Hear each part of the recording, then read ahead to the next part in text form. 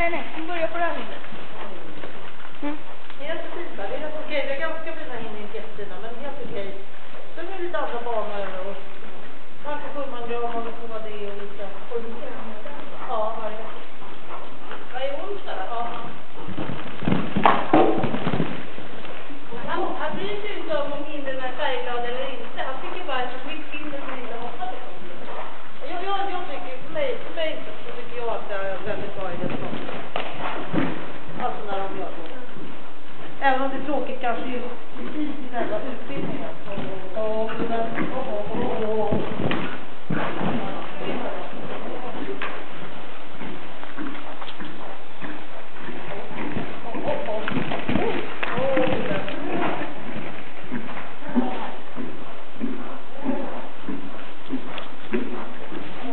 Mamma går bakom.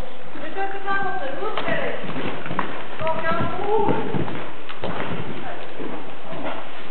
Nu är det här.